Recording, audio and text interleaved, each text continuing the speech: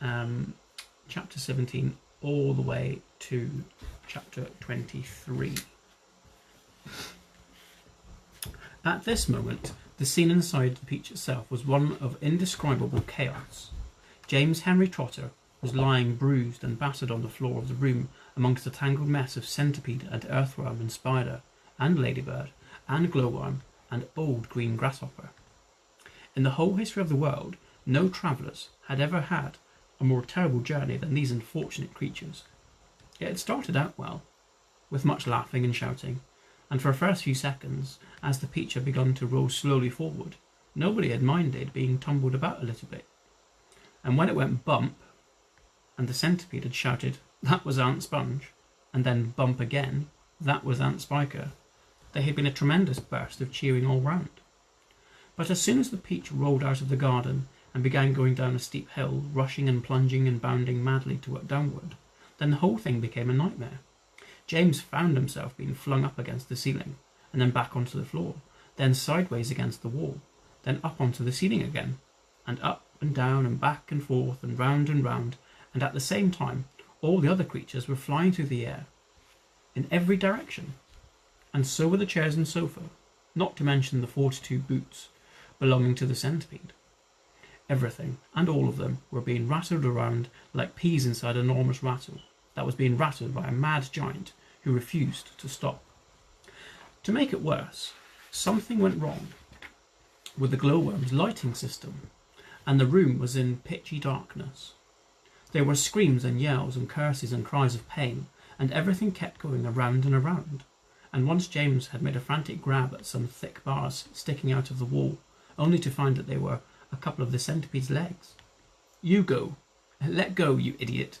shouted the centipede, kicking himself free, and James was promptly flung across the room into the old green grasshopper's horny lap. Twice he got tangled up in Miss Spider's legs, a horrid business, and towards the end the poor earthworm, who was cracking himself like a whip every time he flew through the air from one side of the room to the other, coiled himself around James's body in a panic to refuse to unwind. It was a frantic and terrible trip, but it was all over now, and the room was suddenly very still and quiet. Everybody was beginning slowly and painfully to disentangle themselves from everybody else. "Let's have some light." "Yes," they cried, "light, give us some light." "I'm trying," answered the poor glowworm. "I'm doing my best, please be patient." They all waited in silence. Then a faintish green light began to glimmer out of the glowworm's tail, and this gradually became stronger and stronger until it was anyway enough to see by. "Some great journey," the centipede said, limping across the room. "I shall never be the same again," murmured the earthworm. "Nor I," said the ladybird. "It has taken years off my life." "But, my dear friends," cried the old green grasshopper, trying to be cheerful, "we are there." "Where?" they asked. "Where? Where is there?" "I don't know," the old green grasshopper said, "but I'll bet it's somewhere good." "We are probably at the bottom of a coal mine," the earthworm said gloomily. "We certainly went down and down and down, very suddenly at the last moment. I felt it in my stomach. I can still feel it. Perhaps we're in the middle of a beautiful country, full of songs and music," the old green grasshopper said. "Or near the seashore," said James eagerly, "with lots of other children down on the sand for me to play with." "Pardon me," murmured the ladybird, turning a trifle pale, "but am I wrong in thinking that we seem to be bobbing up and down?" "Bobbing up and down," they cried. "What on earth do you mean?" "You're still giddy from the journey," the old green grasshopper told her. "You'll get over it in a minute. Is everybody ready to go upstairs now, to take a look around?" "Yes, yes," they chorused. "Come on, let's go." "I refuse to show myself out of the doors in my bare feet," the centipede said. "I have to get my boots on again first." "For heaven's sake, let's not go through all that nonsense again," the earthworm said. "Let's all lend the centipede a hand and get it over with." The ladybird said, "Come on." So they did. All except Miss Spider, who set about weaving a long rope ladder that would reach the floor up to the hole in the ceiling. The old green grasshopper had wisely said they must not risk going out of the side entrance when they didn't know where they were, but must first all go up onto the top of the Peach and look around. So half an hour later, when the rope ladder had been finished and hung, and the 42nd boot had been laced neatly into the centipede's 42nd foot. They were all ready to go out. Amidst mounting excitement and shouts of, "Here we go, boys, the promised land. I can't wait to see it," the whole company climbed up to the ladder one by one and disappeared into the dark, soggy tunnel in the ceiling that went steeply, almost vertically, upward. Chapter 18. A minute later, they were out in the open, standing on the very top of a peach, near the stem, blinking their eyes in the strong sunlight and peering nervously around. What happened? Where are we? But this is impossible, unbelievable, terrible. I told you we were bobbing up and down, the ladybird said. We're in the middle of the sea, cried James. And indeed they were. A strong current and a high wind had carried the peach so quickly away from the shore that already land was out of sight. All around them lay the vast black ocean, deep and hungry. Little waves were bibbing against the sides of the peach. But how did it happen? They cried. Where are the fields? Where are the woods? Where's England? Nobody, not even James, could understand how in the world a thing like this could have come about. Ladies and gentlemen, the ogling grasshopper said, trying very hard to keep the fear and disappointment out of his voice, I'm afraid we find ourselves in a rather awkward situation. Awkward? Cried the earthworm. My dear old grasshopper, we are finished. Every one of us is about to perish. I may be blind, you know, but that much I can see quite clearly. Off with my boots, shouted the centipede. I cannot swim with my boots on.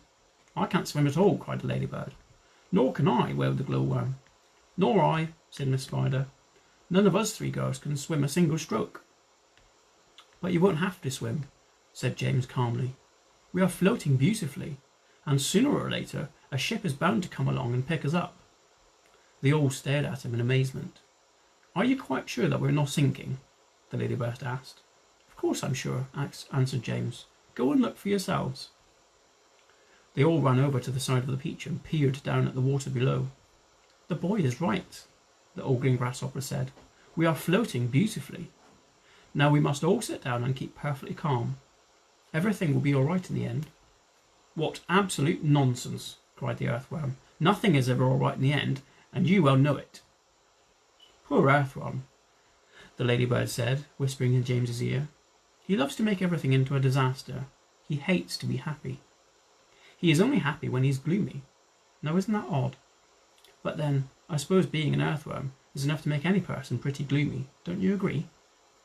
If this peach is not going to sink, the earthworm was saying, and if we're not going to be drowned, then every one of us is going to starve to death instead. Do you realise that we haven't had anything to eat since yesterday morning? By golly, he's right, cried the centipede. For once, Earthworm is right. Of course I'm right, the earthworm said, and we're not likely to find anything around here either. We shall get thinner and thinner and thirstier and thirstier, and we shall all die of a slow and grisly death from starvation. I'm dying already, and I am slowly shrivelling up for the want of food. Personally, I would rather drown. But good heavens, you must be blind, said James. You know very well I'm blind, snapped the earthworm. There's no need to rub it in.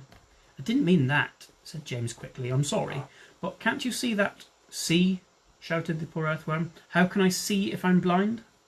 James took a deep breath, a slow breath. Can't you realise, he said patiently, that we have enough food here to last us for weeks and weeks? Where? They said. Where? Why, the peach, of course. Our whole ship is made of food. We never thought of that.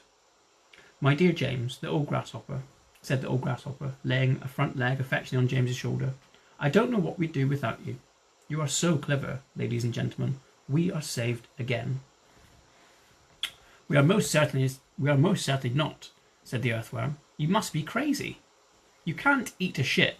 It's the only thing that's keeping us up. We will starve if we don't, said the centipede. And we will drown too, cried the earthworm. Oh dear, said the old green grasshopper. Now we're worse off than before. Couldn't we just eat a little bit of it? Asked Miss Spider. I'm so dreadfully hungry. You can eat all you want, James answered. It would take us weeks and weeks to get any sort of dent in this enormous peach. Surely you can see that. Good heavens, he's right again, cried the old green grasshopper, clapping his hands. It would take weeks and weeks. Of course it would. But let's not go making a lot of holes all over the deck. I think we'd better simply scoop it out of that tunnel over there, the one that we've just come up by. An excellent idea, said the ladybird. What are you looking so worried about, Earthworm? The centipede asked. What's the problem? The problem is, the Earthworm said, the problem is that there's no problem. Everyone burst out laughing. Cheer up, Earthworm, they said. Come and eat. And they all went over to the tunnel entrance and began scooping out great chunks of juicy, golden-coloured peach flesh. Oh, marvellous, said the centipede, stuffing it into his mouth. Delicious, said the old green grasshopper. Just fabulous, said the glowworm. Oh my, said the ladybird primly. What a heavenly taste. She looked up at James and she smiled, and James smiled back at her. They sat down on the deck together, both of them chewing happily away. You know, James, the ladybird said, up until this moment, I have never in my life tasted anything except those tiny little green flies that live on rose bushes. They have a perfectly delightful flavour, but this peach is even better. Isn't it glorious? Miss Spider said, coming over to join them. Personally, I always thought a big, juicy, caught-in-a-web bluebottle was the finest dinner in the world until I had tasted this. What a flavour, the centipede cried. It's terrific. There's nothing like it. There never has been. And I should know because I've tasted the finest foods in the world. Whereupon the centipede, with his mouthful of peach, and with juice running all down his chin, suddenly burst into song. I've eaten many strange, unscrumptious dishes in my time, like jellied gnats and dandyprats and earwigs cooked in slime, and mice with rice, they're really nice, when roasted in their prime, but don't forget to sprinkle them with just a pinch of grime. I've eaten mud burgers by the greatest cooks there are, and scrambled dregs and stinkbug eggs, and hornets stewed in tar, and pails of snails and lizard tails, and beetles by the jar. A beetle is improved by just a splash of vinegar. I often eat boiled slobbages, they're grand when served beside minced doodlebugs and curried slugs, and have you ever tried mosquitoes' toes and wompfish roes, most delicately fried? The only trouble is they disagree with my inside. I'm mad for crispy wasp stings on a piece of buttered toast, and pickled spines of porcupines, and then a gorgeous roast of a dragon's flesh, well hung, not fresh. It costs £1 at most, and comes to you in barrels if you order it by post. I crave the tasty tentacles of octopi for tea. I like hot dogs, I like hot frogs, and surely you'll agree. A plate of soil with engine oils, a super recipe. I hardly need to mention that it's practically free. For dinner on my birthday, shall I tell you what I chose?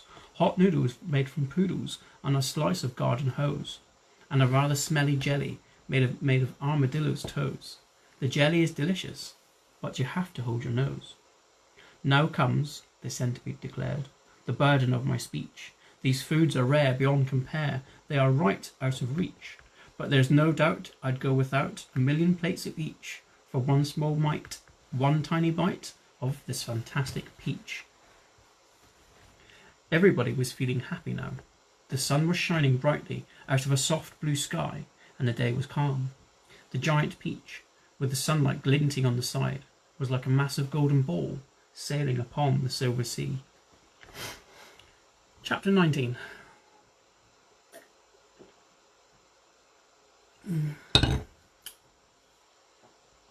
Chapter 19. Look, cried the centipede, just as they were finishing their meal. Look at that funny, thin black thing gliding through the water over there. They all swung round to take a look. There are 2 of them, said Miss Spider. There are lots of them, said the ladybird. What are they? Asked the earthworm, getting worried. They must be some kind of fish, said the old green grasshopper. Perhaps they've come to say hello. They are sharks, cried the earthworm. I'll bet you anything they are sharks, and they have come to eat us up. What absolute rot, the centipede said, but his voice seemed to suddenly have become a little shaky, and he wasn't laughing. I am positive that they are sharks, said the earthworm. I just know they're sharks. And so, in fact, did everyone else. But they did but they were too frightened to admit it. There was a short silence. They all peered down anxiously at the sharks, who were cruising slowly round and around the Peach. Just assuming that they are sharks, the centipede said. They can't possibly be in any danger if we stay out here.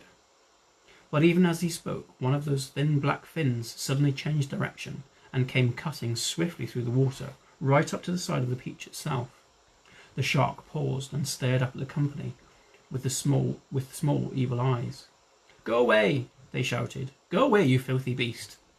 Slowly, almost lazily, the shark opened its mouth, which was big enough to have swallowed a perambulator, and made a lunge at the Peach. They all watched, aghast. And now, as though the signal from the leader, all the other sharks came swimming forward towards the Peach, and they clustered around it and began to attack it furiously. There must have been 20 or 30 of them at least, all pushing and fighting and lashing their tails and churning the water into a froth. Panic and pandemonium broke out immediately on top of the Peach. "Oh, we are finished now," cried Miss Spider, wringing her feet. "They will eat up the whole Peach, and then there'll be nothing left for us to stand on, and then they'll start on us." "She's right," shouted the ladybird. "We are lost forever." "Oh, I don't want to be eaten," wailed the earthworm, "but they will take me first, because I'm so fat and juicy, and I have no bones." "Is there nothing we can do?" asked the ladybird, appealing to James. "Surely you can think of a way out of this." Suddenly they were looking at James. "Think," begged Miss Spider. "Think, James, think." "Come on," said the centipede. "Come on, James. There must be something we can do." Their eyes waited upon him, tense, anxious, pathetically hopeful. Chapter 20. "There is something that I may believe we might be able to try," James Henry Trotter said slowly. "I'm not saying it'll work." "Tell us," cried the earthworm. "Tell us quick." "We'll try anything you say," said Centipede. "But hurry, hurry, hurry." "Be quiet and let the boy speak," said the ladybird. "Go on, James." They all moved a little bit closer to him. There was a longish pause. "Go on," they cried frantically. "Go on." And all the time, while they were waiting around, they could hear the sharks thrashing around in the water below them. It was enough to make anyone frantic. "Come on, James," the ladybird said, coaxing him. I'm afraid it's no good after all," James murmured, shaking his head. "I'm terribly sorry. I forgot. We don't have any string. We need hundreds of yards of string to make this work." "What sort of string?" asked the old green grasshopper sharply. "Any sort, just so long as it's strong." "But my dear boy, that's exactly what we do have. We've got all we want here." "How? Make 'em spin?"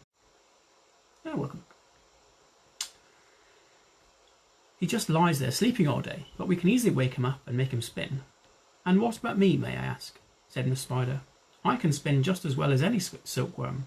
What's more, I can spin patterns." "Can you make enough between you?" asked James. "As much as you want." "And quickly?" Of course, of course." "And would it be strong?" "The strongest there is, and as thick as your finger." "But why? What are you going to do?" "I'm going to lift this Peach clear out of the water," James announced firmly. "You're mad," cried the earthworm.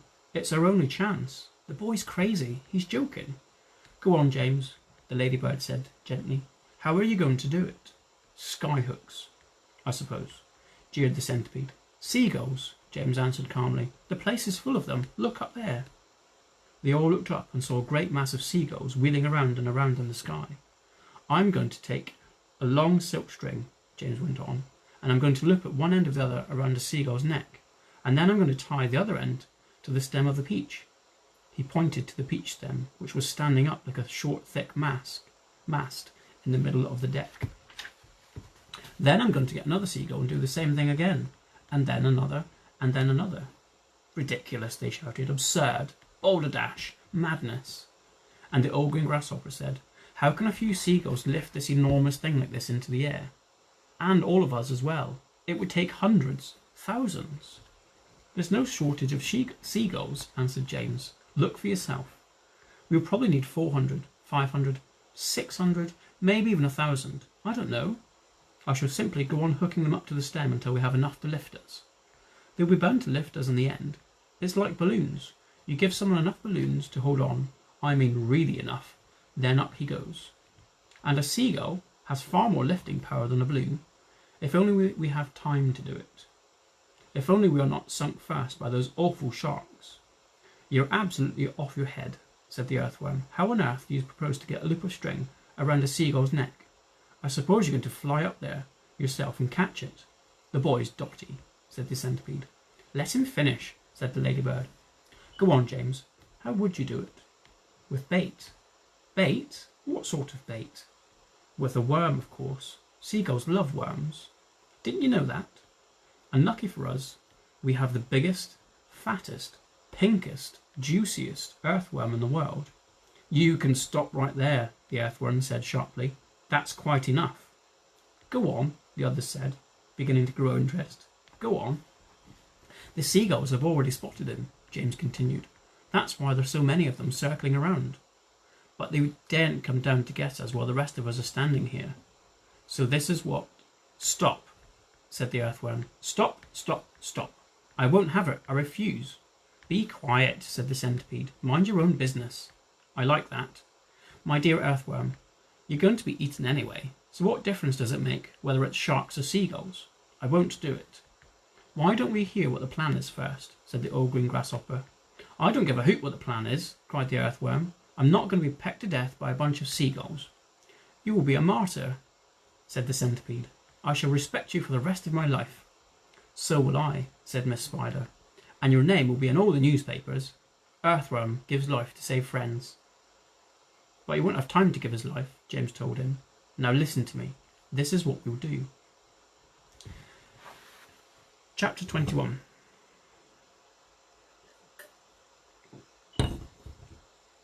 Why, it's absolutely brilliant, cried the old green grasshopper, when James had explained his plan. The boy's a genius, the centipede announced. Now I can keep my boots on after all. Oh, I shall be pecked to death, wailed the old poor earthworm. Of course you won't. I will. I know I will. And I won't even be able to see them coming at me because I've no eyes. James went over and put an arm gently around the earthworm's shoulders.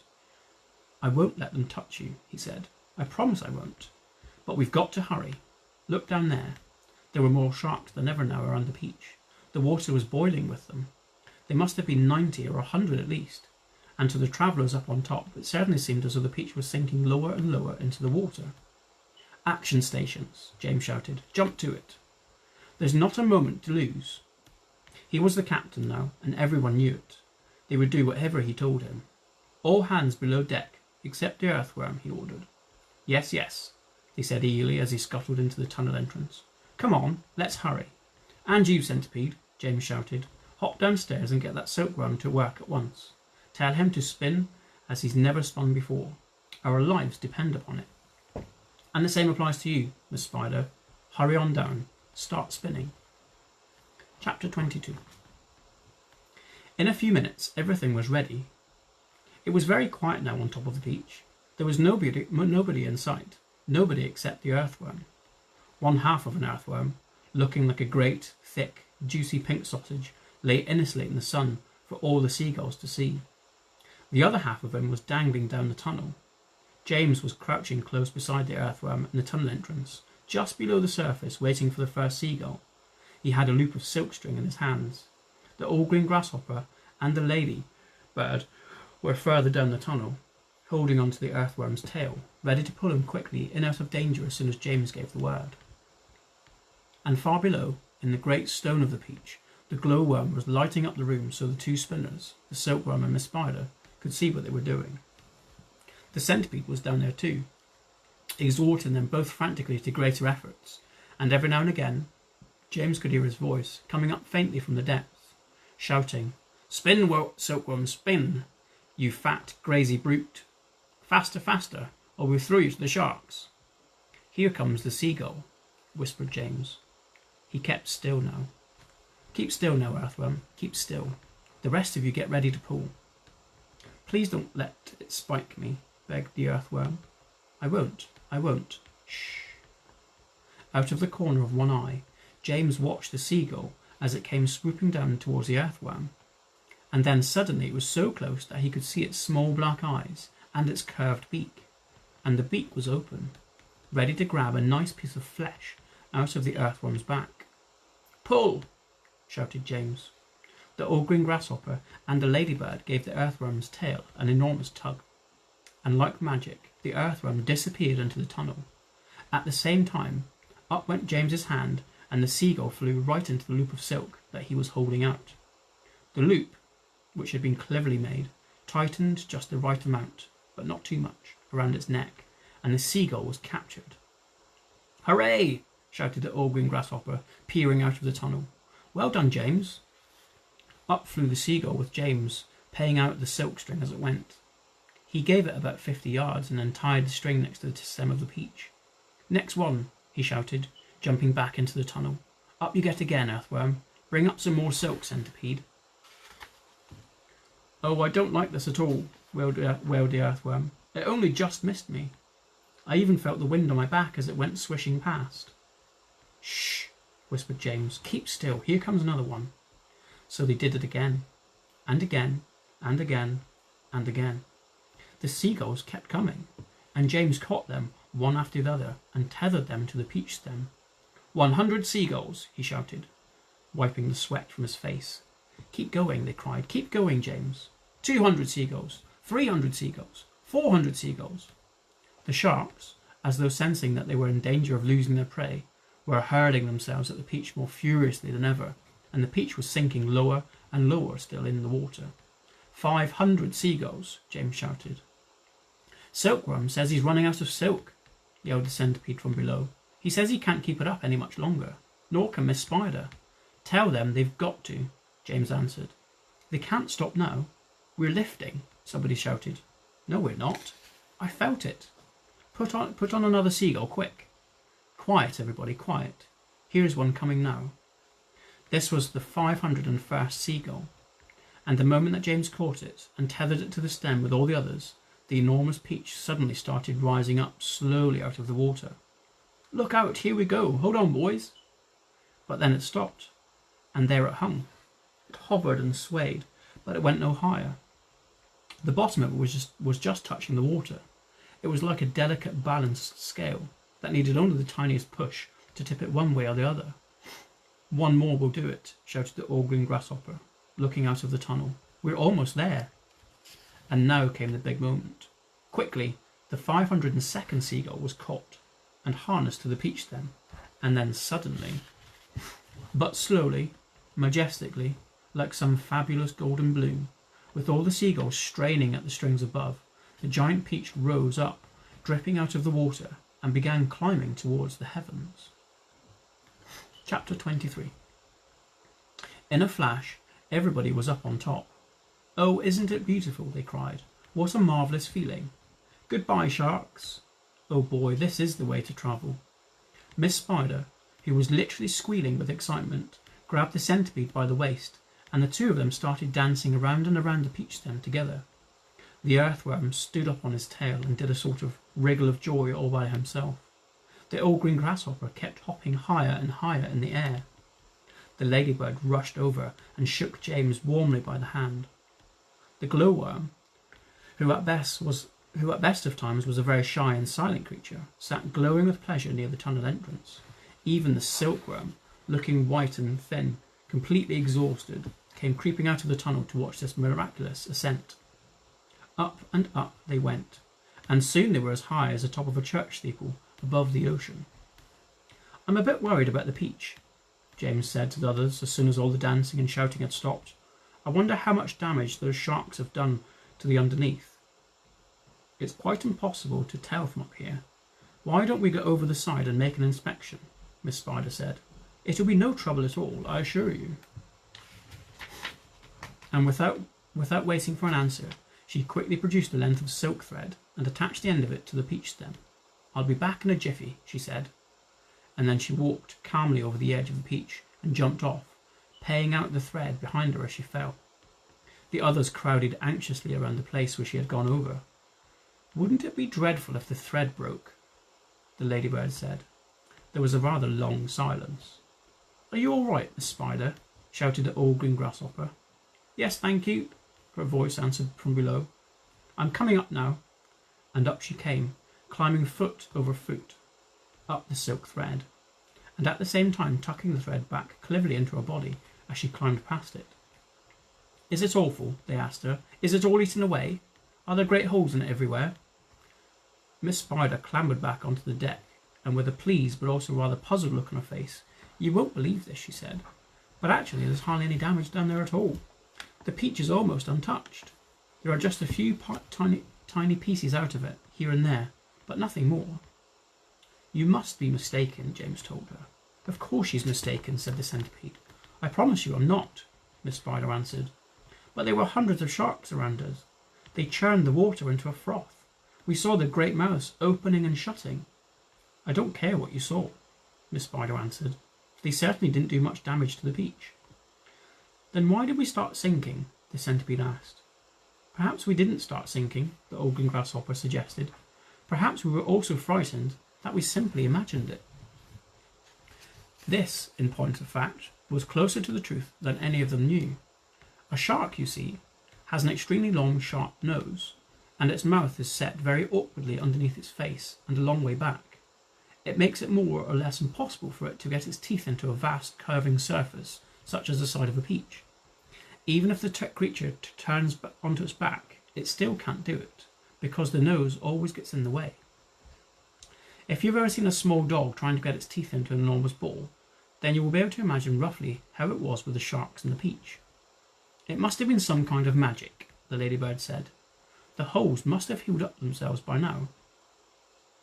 Oh, look, there's a ship below us, shouted James. Everybody rushed to the side and peered over. None of them had seen a ship before. It looks like a big one. It's got 3 funnels. You can see the people on the decks. Let's wave to them. Do you think they can see us? Neither James nor any of the others knew it, but the ship that was now passing beneath them was actually the Queen Mary, sailing out of the English Channel on her way to America. And on the bridge of the Queen Mary, the astonished captain was standing with a group of his officers, all of them gaping at the real great ball hovering overhead. I don't like it, the captain said. Nor do I, said the first officer. Do you think it's following us? Said the second officer. I'll tell you I don't like it, muttered the captain. It could be dangerous, the first officer said. That's it, cried the captain. It's a secret weapon. Holy cats, send a message to the Queen at once. The country must be warned. And give me my telescope. The first officer handed the telescope to the captain. The captain put it to his eye. There's birds everywhere, he cried. The whole sky is teeming with birds. What in the world are they doing? And wait a second. There are people on it. I can see them moving. There's a... Do I have this darn thing focused right? It looks like a little boy in short trousers.